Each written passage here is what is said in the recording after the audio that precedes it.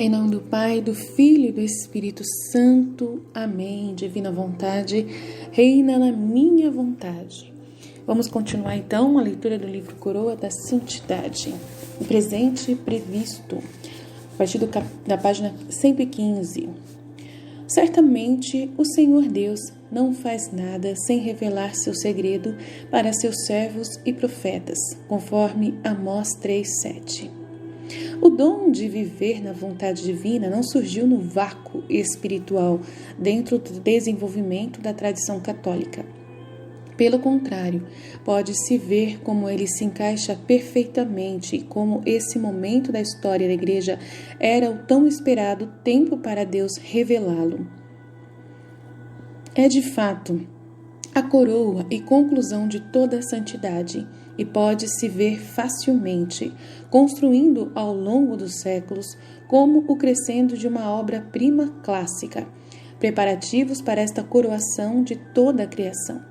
A Jesus certamente disse a Luísa que escolheu dela como aquela a quem este presente tem sua primeira revelação completa. Por exemplo, uma vez que ele disse a ela assim: percorra quantos livros você quiser e verá que em nenhum deles encontrará o que eu lhe disse sobre a minha vontade. Com 24 anos, no ano de 1889, Luísa recebeu o presente pela primeira vez. E 10 anos depois foi ordenada, sob santa obediência, a anotar as revelações que havia recebido de Jesus. Portanto, não seria consistente que alguém considerasse as revelações de Luísa verdadeiras, por um lado, e por outro, acreditasse que esse dom havia sido recebido completamente ou que a essência dele foi totalmente revelada antes desse ponto. Portanto, o que está sendo proposto aqui não é que o próprio dom, em toda a sua plenitude e substância, já estivesse claramente revelado nas Escrituras, ou nos pais da Igreja, ou na tradição sagrada. Apenas que isso foi mencionado e que o caminho foi preparado. Outro exemplo dessa distinção pode ser visto no caso do dogma da Santíssima Trindade.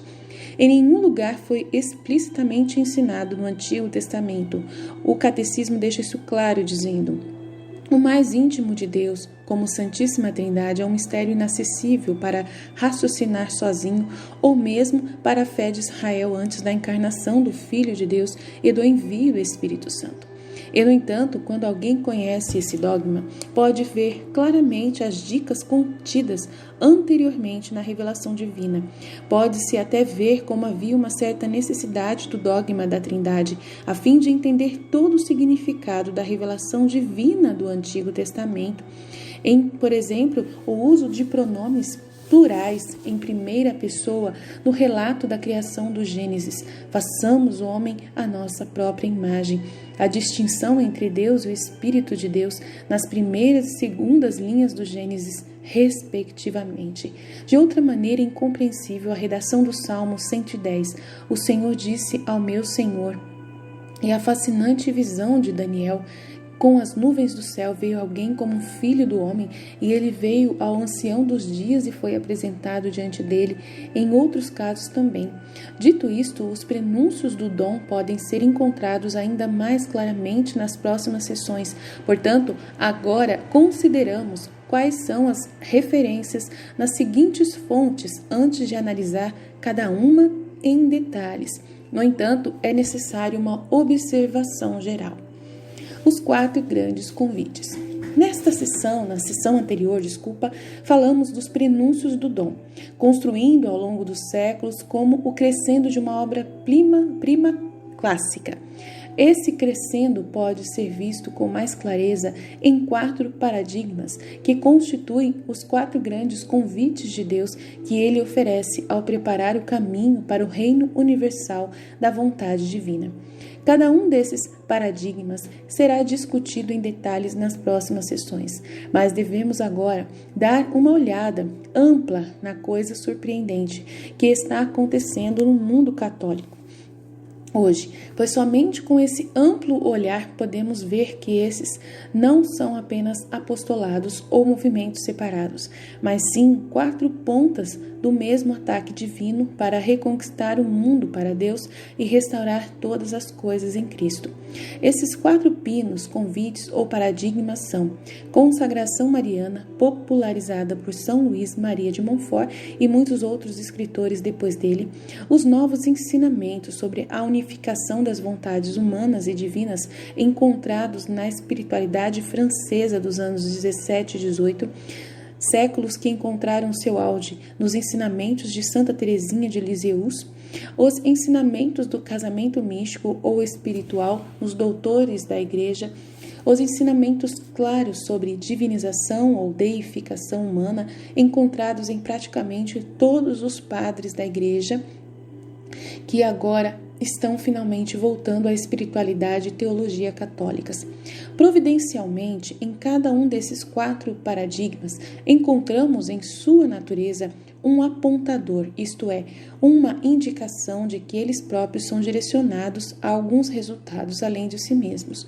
Para divinização e deificação, são palavras que implicam um processo que exige algum ponto culminante. O casamento místico ou espiritual, como um casamento de fato, é ordenado para a geração de filhos, portanto, exige uma fecundidade além de si. A consagração mariana, para alcançar sua realização, requer uma semelhança, uma verdadeira semelhança da maneira mais importante entre aquele que está sendo consagrado e aquele a quem a consagração é dirigida. E a unificação das vontades sempre exige, assim como qualquer unificação, não apenas a correspondência, mas também uma fusão total das duas coisas unificadas, à medida que a água que cai no cálice da missa se torna inseparável do vinho nela. Portanto, esses 4 grandes paradigmas, embora cada um mereça enorme exaltação por si só, são, no entanto, essencialmente de convites. São convites para viver na vontade divina. Unificação de testamentos.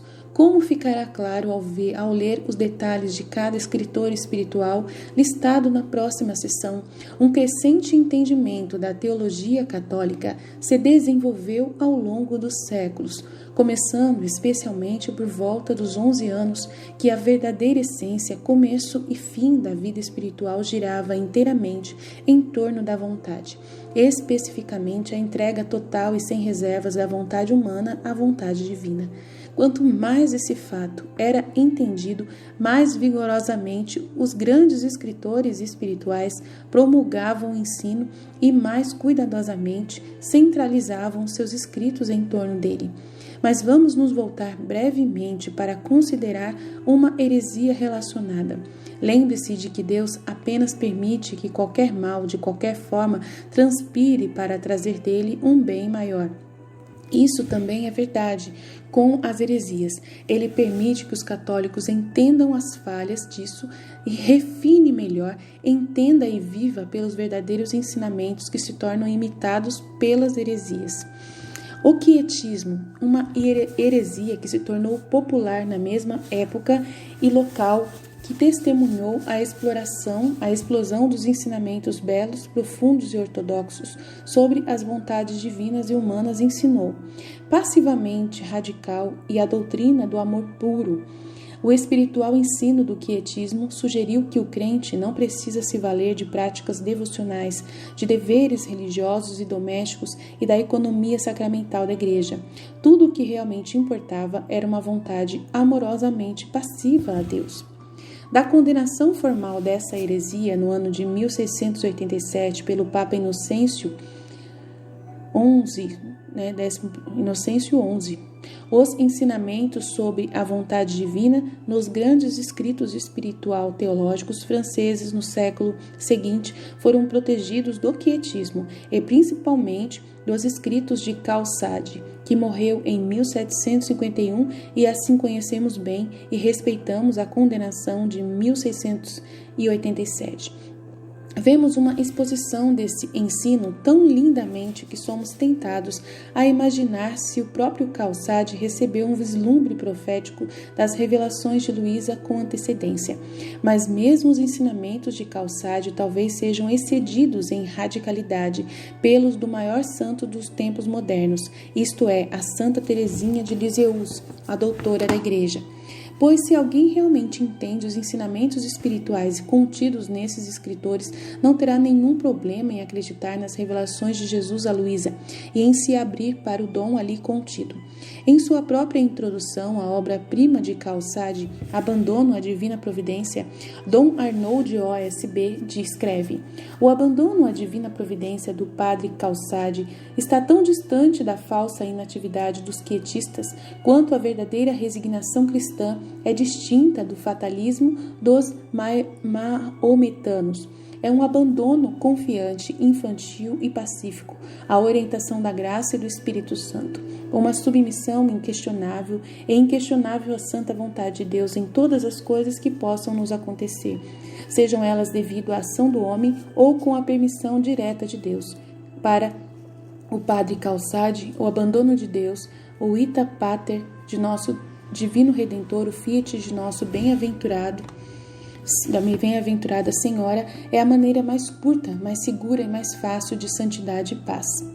Divinização. Dr. Scott Hahn, em seu prefácio ao livro Chamados a Ser Filhos de Deus, a Teologia Católica da Deificação Humana, escreve: Jesus nos salva do pecado e da morte. O resgate do pecado e da morte é realmente uma coisa maravilhosa.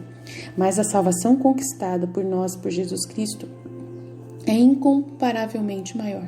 São Basílio o Grande disse com ousadia em 375 d.C., em seu De Espírito Santo, quando enumerou os dons do Espírito, permanecendo em Deus, sendo feito como Deus e, acima de tudo, sendo feito Deus. Este é o cristianismo clássico. Nos últimos séculos, no entanto, essa linguagem primordial da salvação caiu em desuso na Igreja Ocidental. Seu declínio começou no final da Idade Média com a corrupção nominalista da filosofia e então teologia, deificação, desaparece anteriormente em subsequências pós-Calvin. Gerações do protestantismo. Mesmo na Igreja Católica, a ideia de divinização se perdeu em meio a todas as disputas pós-reforma sobre o relacionamento de fé, obras e justificação. Por 4 séculos, teólogos católicos e protestantes se concentraram tão estreitamente nessas controvérsias que obscureceram o fato central da salvação cristã. Nesta observação espantosa, o Dr. Hahn aponta que a divinização é central para o cristianismo, mas há séculos foi negligenciada, esquecida, e que essa tragédia é outra vítima da revolta protestante. Mas tão inegável quanto seu eclipse lamentável é o seu ressurgimento atual.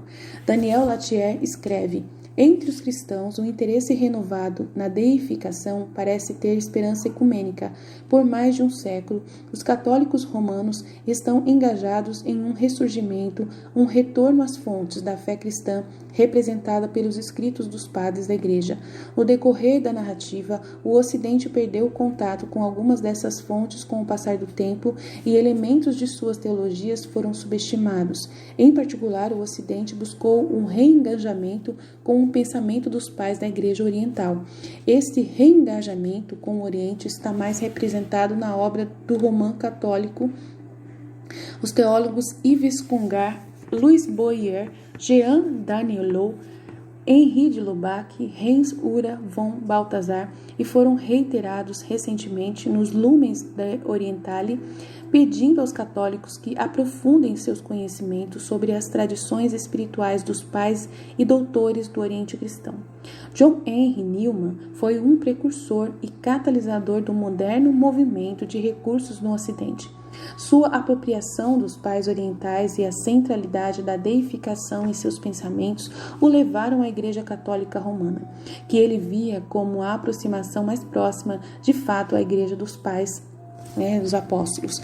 O caráter oriental do pensamento de Newman começou a influenciar a forma de teologia católica nos anos que antecederam o Concílio Vaticano II, levando alguns a nomear Newman o pai do Concílio Vaticano II. Mas o valor ecumênico do recurso de Newman à deificação é ainda mais profundo. Como ele demonstrou em sua própria vida, a habitação de Cristo não era apenas uma doutrina para os cristãos afirmarem, mas também o próprio princípio de sua vida, pensamento e ação. Considerando essa observação igualmente profunda do Dr. Latimer, podemos ver a mão da providência trabalhando de maneira extraordinária ao elevar o gigante intelectual de Newman e outros a ter um impacto tão grande na vivificação da divinização do pós-Vaticano II mundo católico. Beatificando em 2010 pelo Papa Bento XVI, o Beato Newman deve ser canonizado em breve pelo Papa Francisco, já que em novembro de 2018 o Vaticano aprovou um segundo milagre devido à intercessão de Newman. Casamento místico. Como declarado em outro lugar, o casamento místico tem sido visto como o triunfo definitivo da vida espiritual de um santo na Terra, consistindo no mais alto grau de santidade possível para um viajante, a pessoa que mora na Terra, que está vivendo na Terra, mas dado apenas a pouquíssimos santos ao longo da história da Igreja. Em sua obra-prima, intitulada simplesmente Teologia Espiritual, Padre Jordan Aumann, padre dominicano, teólogo e autor altamente respeitado em assuntos pertinentes para o espiritual, da vida espiritual, dá uma visão abrangente do tópico. Embora demorado, vale a pena incluir aqui, em sua totalidade apenas um pouco resumida. O último grau de oração é a união transformadora, identificada por muitos místicos como o espiritual casamento. Constitui as 7 mansões do castelo interior de Santa Teresa, que é o mais alto grau de perfeição que se pode obter nesta vida. É, portanto, um prelúdio para a vida beatífica da glória. Esse estado nada mais é do que uma transformação em Deus, e São João da Cruz não hesita em usar expressões como transformado em Deus pelo amor, Deus de Deus pela participação, e mais divino que humano. Tais expressões podem parecer ousadas e até excessivas quando aplicadas à vida espiritual da alma, mas são totalmente justificadas por um uso que remonta a São João, São Paulo e os pais da Igreja, especialmente a Igreja Oriental. Nesse grau de oração, há uma total transformação da alma no amado. A alma entrou em seu próprio centro, por assim dizer, que é a sala do trono do castelo interior, onde a Trindade habita através da graça. Ali Deus e a alma se entregam um ao outro na consumação do amor divino, na medida do possível na vida atual. Não há mais êxtase, pois a alma agora foi fortalecida para receber todo o poder do amor. Mas no brilho de uma visão intelectual, a alma experimenta a Trindade como uma consciência vívida. Podemos distinguir 3 elementos neste nível mais elevado da oração de união: transformação em Deus, rendição mútua e união permanente do amor. Como São João da Cruz afirma, a alma se torna brilhante e transformada em Deus, e Deus comunica à alma seu ser sobrenatural, a tal ponto que a alma parece ser Deus e ter tudo o que Deus tem. Essa união é afetuada quando Deus concede à alma essa misericórdia sobrenatural, como resultado do qual todas as coisas de Deus e da alma são uma transformação participada. A alma parece ser mais Deus do que alma, e é verdadeiramente Deus pela participação, embora seja verdade que seu ser, tão distinto por natureza, seja possuído pela alma como algo distinto ao ser de Deus, como era anteriormente, embora transformada, assim como a janela é distinta do raio de luz que a ilumina. Quanto à rendição mútua, é uma consequência natural da união transformadora que acabamos de descrever. Entre Deus e a alma há uma comunicação perfeita e o dom mútuo de si, razão pela qual a oração da união transformadora é chamada de casamento espiritual. Por fim, Santa Teresa ensina que neste grau de oração, diferentemente dos graus que o precederam, há uma permanência de união e amor.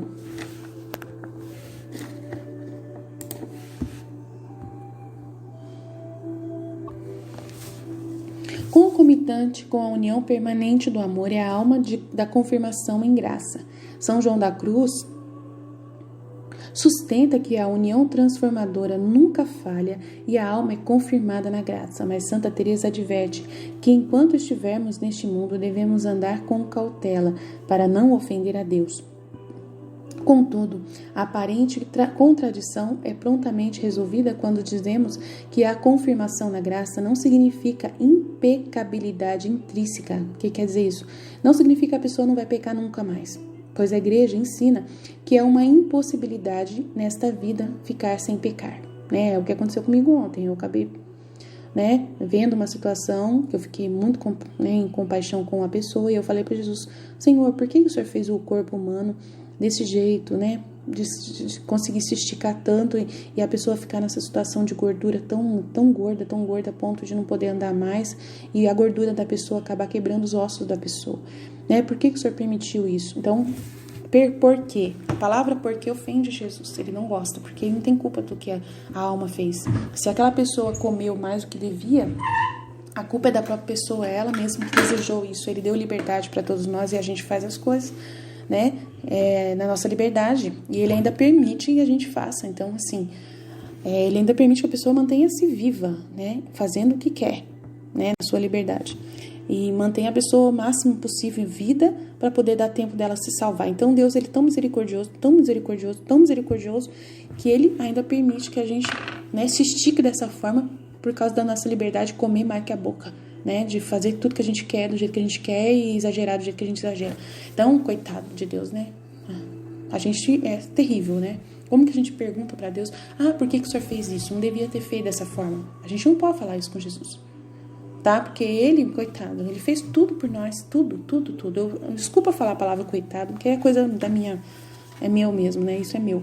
Mas assim, a gente ofende. Então, assim, mesmo a gente vivendo nessa vida que a gente tá vivendo, nesse casamento místico, e eu sei que eu tô vivendo isso, eu sei, tenho certeza absoluta que eu entendo isso tudinho que eu tô lendo, porque eu vivo isso. Então, eu entendo praticamente tudo que eu vivo. Você só entende uma coisa quando você tá vivendo aquilo plenamente, Então, como eu vivo isso, eu sei que eu não consigo parar de pecar totalmente. Mas eu sei que eu tô pecando, eu peço perdão para Deus imediatamente pela minha fraqueza, pela minha debilidade, pela minha, que é um processo de vontade humana sendo configurado a Jesus. Então a vontade humana existe, ela precisa ser dominada e destruída todos os dias. É uma escolha, é um desejo constante de você se submeter a Jesus, de você falar para ele assim: não, reina, eu não sou ninguém, fica aí, firme. Você que sabe de todas as coisas, eu sou nada, eu sou pó. Você é meu criador, você me fez, você merece todo o louvor, toda a glória, toda a honra, E eu sou uma miserável verme aqui que não sabe de nada, tô aprendendo com você e aos poucos eu vou aprendendo mais. Então me perdoa por eu ter pensado isso, nem que fosse por um segundo, me perdoa. E aí o Senhor tá me ensinando, tá me explicando: olha, filha, eu amo tanto que eu dou a liberdade para vocês fazer tudo que vocês querem. Eu amo tanto, e eu espero o arrependimento de vocês, espero o amadurecimento de vocês, a consciência de que vocês estão no caminho errado. Eu espero tudo. Então, essa conversa com Jesus depende desse relacionamento, de uma vontade humana, se configurando a vontade divina e se colocando e falando: não, reina, fiat, reina, é o Senhor, que é a sua vontade que tem que prevalecer, a minha não, o Senhor está certíssimo, vamos embora. É isso, é um relacionamento. É um casamento místico, onde a gente fala para o nosso cônjuge espiritual: não, você tá certo. Tá certíssimo. Perfeito, é isso mesmo, o Senhor fez tudo perfeito. Quem sou eu para poder discutir o que o Senhor fez? Opa, não sou ninguém. E assim a gente vai caminhando e a gente fica feliz de poder conversar com o nosso Deus. A gente fica feliz nessa liberdade que Ele nos dá, da gente poder ser quem a gente é e Ele ser em nós, acima de nós. É um relacionamento constante, é um casamento místico, isso é bem claro, é um relacionamento contínuo, de quedas constantes, de reconhecimento constante. Importante é você permitir esse casamento manter-se, ser perseverante, vencer em todas as batalhas e nunca se separar dele. Esse é o principal, e assim, cada vez mais você vai se configurando e se tornando um só. Mas aí ele nunca vai considerar a sua vontade, o seu olhar. Sim, vai considerar o seu olhar. Ele considera o que você pensa. Opa, como ele considera? E ele mostra isso nos atos dele, nas oportunidades, nas situações, nas circunstâncias. Você vai percebendo que Jesus, ele vai às vezes fazendo mais a sua vontade do que fazer a dele. É muito lindo, é uma rendição mútua. Aqui mesmo o cara falou, é uma rendição mútua. É uma união transformadora que nunca falha e a alma é confirmada na graça. Mas Santa Teresa adverte que enquanto estivermos neste mundo devemos andar com cautela para não ofender a Deus. É verdade. Ficar esperto, atento. Contudo, a aparente contradição é prontamente resolvida quando dizemos que a confirmação na graça não significa impecabilidade intrínseca, pois a Igreja ensina que é uma impossibilidade nesta vida. Nem é uma questão de evitar todos os pecados veniais nesta vida, por isso exigiria um privilégio especial da graça, como foi concedido à Virgem Maria. Consequentemente, a confirmação na Igreja deve ser entendida como a graça e assistência especiais de Deus para evitar todos os pecados mortais e, portanto, ter certeza moral da salvação. Tá vendo que lindo, lindo, lindo, lindo, lindo, lindo isso? Né? Efeitos da união transformadora. Talvez ninguém tenha descrito tão claramente quanto Santa Teresa os maravilhosos efeitos produzidos na alma pela união transformadora e pelo casamento místico. Resumiremos sua descrição desses efeitos conforme indicado no castelo anterior, a 7ª mansão, capítulo 3. Um esquecimento de si mesmo tão completo que parece que a alma não existe mais. Não há mais nenhum conhecimento ou lembrança do céu na vida ou da honra em relação à alma. A pessoa não está nem aí se ela vai ter céu, se ela tem honra. Ela não está preocupada, ela quer viver esse relacionamento pleno com Deus. Tão completamente absorvida na busca da honra de Deus. Você pensa em Deus, você quer transformar, quer fazer a vontade de Deus, você quer o sorriso de Deus, você quer a felicidade de Deus. Ele é seu cônjuge, então você não pensa mais em você pensa em Deus. Você quer Ele feliz. É esse o casamento, essa é a 7ª morada. A alma vive em um estado de esquecimento de si, de modo que não tem nenhum desejo em relação a si mesmo. Nossa, eu tô assim, gente. Uau, eu não acredito que eu cheguei nisso, meu Deus. Mas deseja apenas fazer o que pode para promover a glória de Deus e por isso daria sua vida de bom grado. Opa, com certeza. Hoje mesmo, gente, hoje mesmo, a pessoa falou assim, eu queria ficar num quarto escuro, e eu peguei e falei pra ela ao contrário, eu quero aparecer pro mundo e falar pra todo mundo quanto Deus é maravilhoso, eu quero falar da divina vontade pro mundo, eu quero que a divina vontade apareça, por quê? Porque eu não quero existir, eu quero que a divina vontade exista, e o que precisar ser feito, eu vou fazer, nem que eu tenha que aparecer, coisa que eu não quero fazer, né, mas se eu precisar aparecer pra divina vontade aparecer, paciência, né? Eu quero ser instrumento de Deus, eu quero ser Jesus na terra, eu não quero mais existir eu ali, tô nem aí comigo, eu quero que Ele apareça, eu não existo mais, então Ele vai aparecer em mim, entendeu? Então não tô preocupada com mais nada, né? Seja o que Deus quiser. Um grande desejo de sofrer, mas agora o desejo não perturba a alma como antes.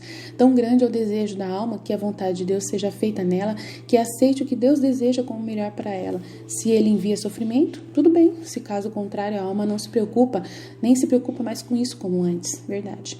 Alegria na perseguição. Quando a alma é perseguida, experimenta uma grande alegria interior e muito mais paz do que antigamente. Não tem inimizade com aqueles que a tratam mal ou desejam fazê-lo. Em vez disso, concebe um amor especial por essas pessoas e se as visse com alguma aflição ficaria profundamente triste e faria todo o possível para aliviá-las. Ela gosta de recomendar essas pessoas a Deus e se alegrava em renunciar a alguns dos favores que recebe de Deus se pudesse concedê-las aos seus inimigos e, portanto, talvez impedir que elas ofendem a Deus. Então, eu brigo com as pessoas às vezes para poder elas não ofender a Deus, para não fazer coisa errada, né? 4. Desejo de servir a Deus. Enquanto a alma sofria anteriormente por causa do seu desejo de morrer e estar com Deus, agora experimenta um forte desejo de servir a Deus e ajudar qualquer alma que puder. É isso mesmo. De fato, mas é que eu gosto de ajudar almas que querem Deus. Sabe, as almas que é vontade humana pura, eu tenho um pouco de problema, sabe? De fato, agora ele deseja não morrer, mas viver muitos anos e sofrer as mais severas provações, se assim puder ser um meio pelo qual Deus é louvado. Sua concepção de glória está agora conectada de alguma forma com a ajuda de Cristo, especialmente quando se vê com que frequência as pessoas o ofendem e quão poucas existem realmente preocupadas com sua honra. Ai, nem me fale. Talvez o meu problema ainda é esse, porque, nossa, difícil. 5. Desapego de tudo que é criado. Os desejos da alma não são mais consolações, porque a alma, eu não quero mesmo, não estou nem aí com as consolações. Porque a alma percebe que agora o próprio Senhor habita nela. Como resultado, a alma experimenta um destacado desapego de tudo e um desejo de ficar sozinho e de se ocupar com algo que será benéfico para a alma dos outros, não a minha, porque eu não estou nem preocupada com a minha mais, a minha é só para poder servir a Deus. Não há mais aridez ou provação interior, mas apenas uma lembrança constante em Deus e um terno amor por Ele. Não há medo de que esse período de tranquilidade possa ser causado pelo diabo, porque a alma tem uma certeza inabalável de tudo que tudo vem de Deus. Essa experiência ocorre no próprio centro da alma e na faculdade mais alta, da qual o diabo não pode entrar. Isso mesmo, maravilhoso, maravilhoso. A ausência de êxtase. Eu nem ligo para isso mais. Ao atingir esse estado, a alma não tem mais arrebatamentos, ou muito raramente, não tem mesmo. Faz muito tempo que eu não sei o que é isso. A grande fraqueza que antigamente era ocasião de arrebatamento, agora deu lugar a uma grande força concedida por Deus. No entanto, a alma caminha com muito cuidado e ainda faz todo o possível para se fortalecer com a ajuda da graça de Deus. Muita gente se sente muito miserável ainda. Muito miserável, cada vez mais. De fato, quanto mais ela é favorecida por Deus, mais cauteloso se torna, é verdade, mais consciente de sua própria pequenez e humildade. Realmente, fica atento a qualquer detalhe, qualquer pecado que a gente possa cometer, qualquer ofensa que possa cometer. Ideal da perfeição cristã, esse é o caminho agridoce que leva às alturas da oração contemplativa e à união transformadora. É o sublime ideal da perfeição cristã e é oferecido a todas as almas em graça. Quando Jesus pronunciou o preceito, você deve ser aperfeiçoado como seu Pai Celestial é perfeito. Mateus 5,48. Seja perfeito como seu Pai é perfeito. Ele estava falando a todas as almas sem exceção. A vida cristã se desenvolvida de acordo com os poderes sobrenaturais que lhe são inerentes, conduzirá à união transformadora da caridade, que por sua vez é o prelúdio da visão beatífica. A perfeição mais elevada consiste não em favores interiores, em grandes arrebatamentos, em visões ou no espírito de profecia, mas em aproximar nossas vontades tão intimamente de acordo com a vontade de Deus, que assim que percebemos que Ele deseja alguma coisa, desejamos isso com toda a nossa força e aceitamos o amargo como um doce, sabendo que essa é a vontade de Sua Majestade. A partir desta bela visão geral do casamento místico, devemos ter em mente, e é também de São João da Cruz e Santa Teresa de Ávila, que ele era realmente considerado o mais alto estado de santidade possível na Terra, mas não o mais alto estado de santidade possível.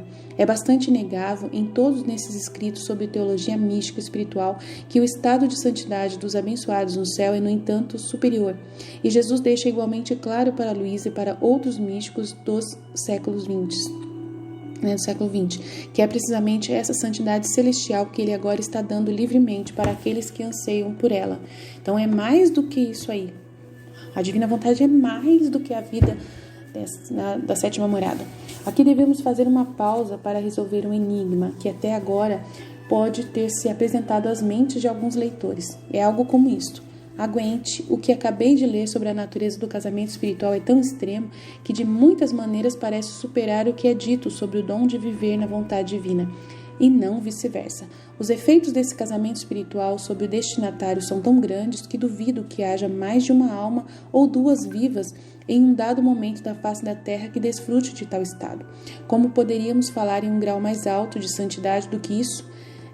E para as massas?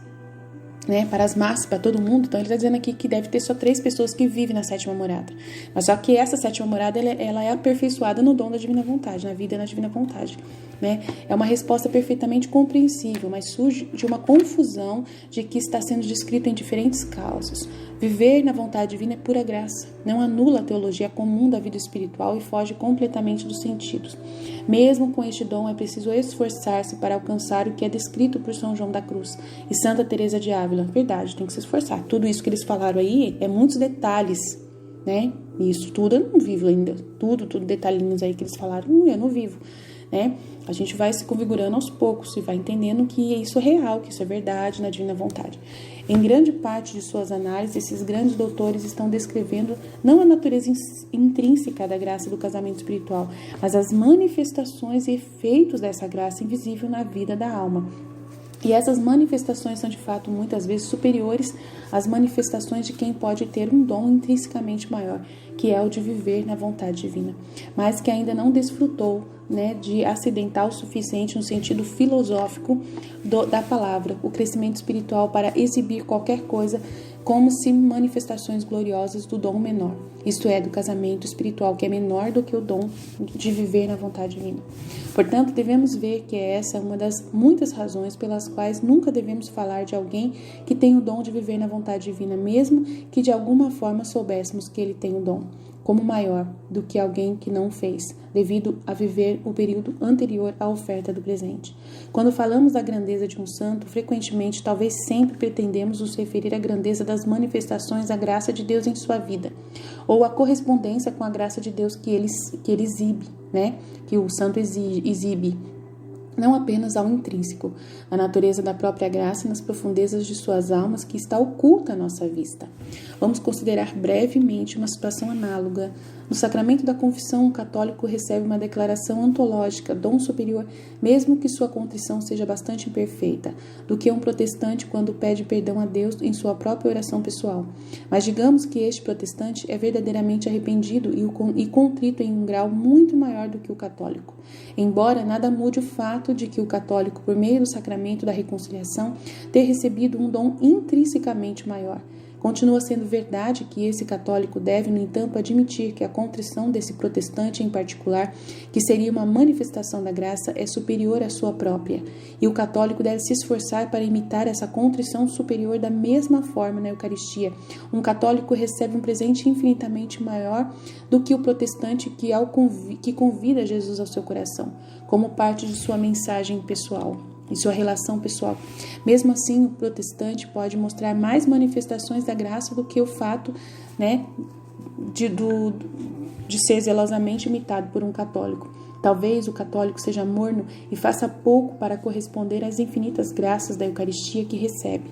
E talvez o protestante seja zeloso e se esforce poderosamente para ser virtuoso, evangelizar, amar a Deus e ao próximo, etc.